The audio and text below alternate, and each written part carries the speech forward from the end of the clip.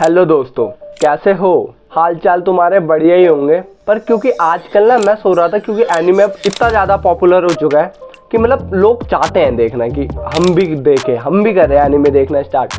पर सीन ये हो रखा है कि लोगों को पता ही नहीं है कि मैं देखना स्टार्ट करूँ तो करूँ कहाँ से। मतलब उन्हें ये नहीं पता है कि स्टार्टिंग कहाँ से करें। क्योंकि अब लोग क्या करते हैं, जो स्टार्टर होते हैं वो ऐसे एनिमे पे चल जाते हैं जैसे बिग 3 पे, कि नारुतो देखने लग गए, भयंकर ब्लीच देखने लग गए, वन पीस देखने लग गए। इन एनिमे के वो 30-40 एपिसोड देखते हैं, उनकी हो जाती है हालत खराब कि बैंक 700-1000 पार देखेंगे, या ड्रैगन बॉल के देखने लग जाते हैं। लोग इन एनिमे के बस एपिसोड के नंबर ही देख के हालत खराब हो जाती है और मतलब हार मान लेते कि क्या देखना, छोड़ो।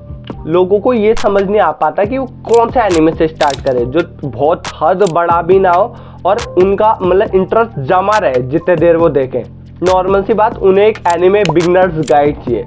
तो मैंने सोचा क्यों ना इस चीज़ में मैं तुम्हारी मदद भी कर दूं और मेरी भी थोड़ी मदद हो जाए। तो आज की हमारी वीडियो ये है एनिमे बिगनर्स गाइड। मतलब इसमें मैं तुम्हें 5 ऐसे एनिमे बताने वाला हूँ जिन्हें तुम देख के अपने भी एनिमे की जर्नी को स्टार्ट कर सकते हो। तो चलो बिना किसी देरी के वीडियो को करते हैं स्टार्ट। अब हमारी लिस्ट का पहला कंटेंडर है जुजुत्सु काइसन। ये 2020 का डार्क फैंटेसी एडवेंचर एनिमे है। इसे तुमने रील्स रूल्स कहीं ना कहीं तो देखा ही होगा।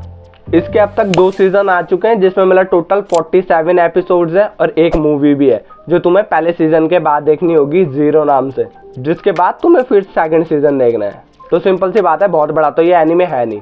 अब ये इतना ज़्यादा फेमस है इसके एनिमेशन और इसकी स्टोरी लाइन की वजह से। एनिमेशन तो मापा स्टूडियोज ने बना रखा, तो तुम्हें पता ही है किस लेवल का वो एनिमेशन बनाते हैं और किस तरीके से बनवाते हैं वो।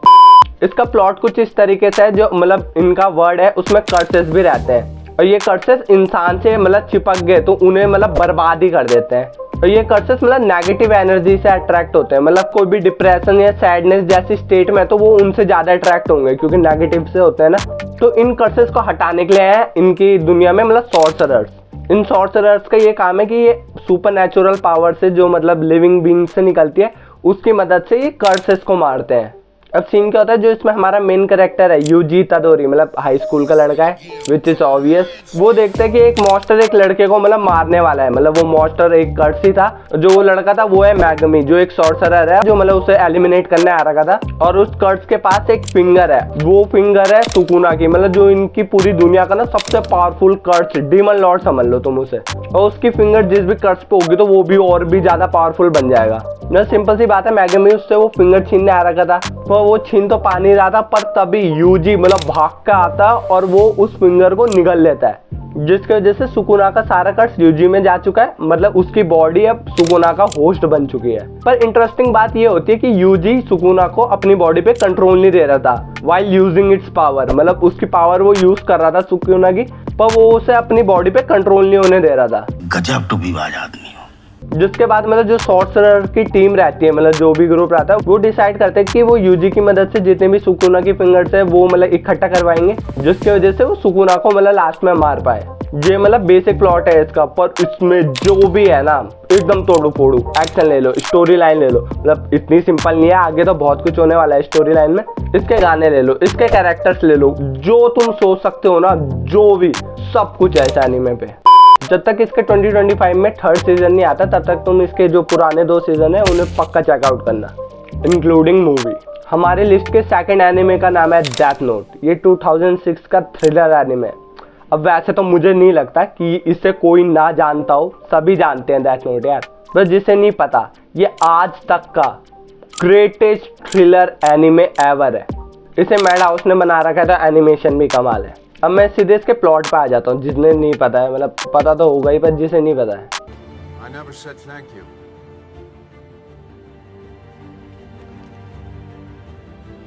And you'll never have to. इसमें जो हमारा मेन कैरेक्टर है लाइट यागमी, वो एक हाई स्कूलर है। Oh shit, here we go again. और वो नॉर्मल हाई स्कूलर नहीं, बहुत ही ज़्यादा ब्रिलियंट बच्चा है। मतलब बहुत ही एक्सीलेंट है वो अपनी स्टडीज़ में। उसकी नॉर्मली लाइफ चल रही थी कि स्कूल जाना, पढ़ना लिखना, यही नॉर्मल। और वो पढ़ लिख के मतलब एक अच्छा नागरिक बनना चाहता था जो अपने देश के लिए कुछ करना चाहता था। पर उसकी लाइफ एकदम 180 डिग्री टर्न तो तब ले लेती है जब उसे मिलती है डेथ नोट। अब डेथ नोट एक किताब है जिसके अंदर वो जिसका भी नाम लिखेगा ना उसकी मौत हो जाएगी, और वो ये भी लिख सकता है कि मतलब उसकी मौत किस तरीके से होगी। ये उस बुक में मतलब आगे रूल लिखे हुए थे, तो पहले तो उसे मजाक लगता है कि ऐसा कैसे हो सकता है, तो वो जब लिखता है तो भाई बंदे सही में मरने लग जाते हैं। जिसके बाद वो एक रैम्पेज में लिखने लगता है, मतलब जितने भी क्रिमिनल है ना उनके नाम दे दनादन दे दनादन।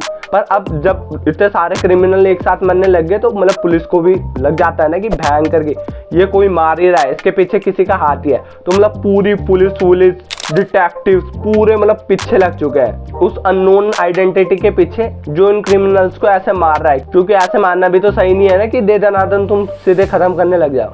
मतलब कीरा को पकड़ने के लिए, कीरा मतलब लाइट यागमी है जिसे मतलब बाहर जिस नाम से जानते हैं सारे लोग, उसे पकड़ने के लिए एक बहुत ही ब्रिलियंट डिटेक्टिव को लाते हैं जिसका नाम रहता है एल। अब नाम पे मत जाओ, एल वो दिमाग से बहुत भयंकर बंदा है, और जब तुम लाइट और एल की मतलब राइवलरी देखोगे ना तुम कहोगे भयंकर। और जो उसकी स्टोरी है मतलब तुम समझ जाओगे ग्रेटेस्ट गोट क्यों है ये, मतलब बेस्ट राइटिंग जो मैं देख सकता था। और जो इसके 37 एपिसोड्स है इतने भयंकर कैप्टिवेटिंग है ना कि तुम एक ही बारी में देखने वाले हो और तुम्हें पक्का हो जाएगा कि one of the greatest watch है जो तुम्हारा अभी तक का पूरे लाइफ टाइम में होने वाला है। तो तुम डेथ नोट डेफिनेटली वॉच करना। तो हमारी लिस्ट का थर्ड कंटेंडर है अटैक ऑन टाइटन। ये 2013 का है और इसमें 3 तो सीजन है बड़े बड़े, और तो मूवियों में 3 है 4 है सीजन, अब याद नहीं, काफी पहले देखा था। ये एक्शन एडवेंचर है तो एक्शन और खून खराब तुम्हें भर भर के मिलने वाला है। अब पहले बता दो ये एक मास्टरपीस एनिमे है, मास्टरपीस बोले तो मास्टरपीस।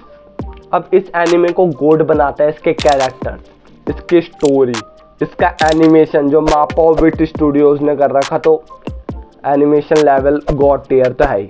इसके जो डायलॉग्स है भाई मतलब तुम सुन के ना गूज बम्स आ जाएंगे। अब मैं तुम्हें बिना प्लॉट बताने ही बड़बड़ करने लग गया, तो अब पहले प्लॉट सुन लो इसका प्लॉट कुछ इस तरीके से है कि मतलब इंसान एक ऐसी दुनिया में रह रहे हैं जहाँ टाइटन्स भी हैं। टाइटन्स मतलब राक्षस जो इंसानों को खा जाते हैं, तो उनसे बचने के लिए इन्होंने बहुत ऊंची दीवारें लगा के पूरा कवर कर रखा है, मतलब गोल समझ रहे हो ना, जिससे मतलब टाइटन्स अंदर ना आ पाए।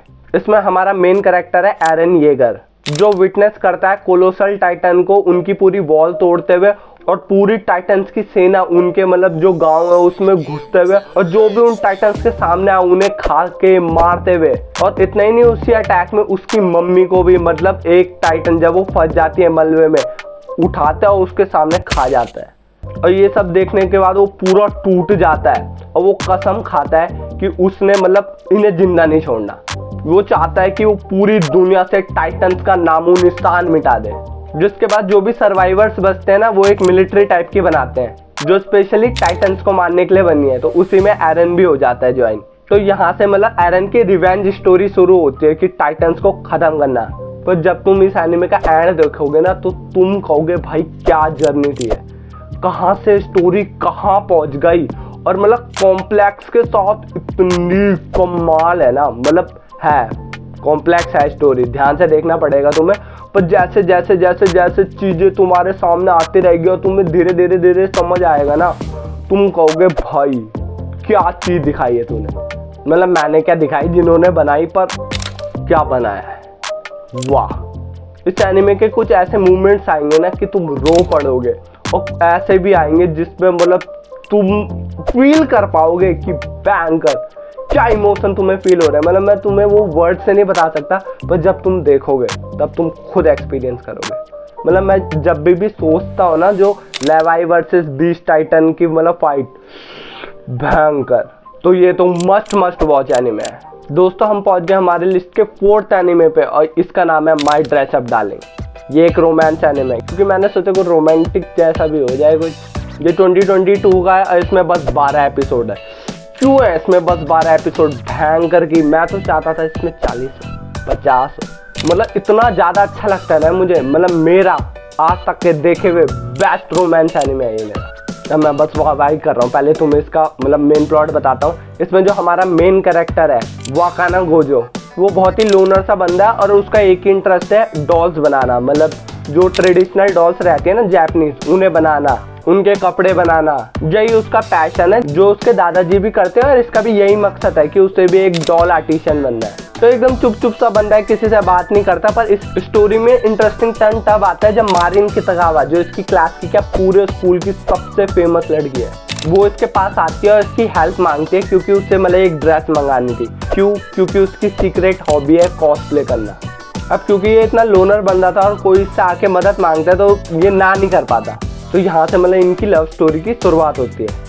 अब इसकी मेन स्टोरी का तो मैं तुम्हें कुछ नहीं बताने वाला क्योंकि पहले ही बहुत कम है और मैं तुम्हें कुछ पहले से बता दूँ तो ख़राब हो जाएगा।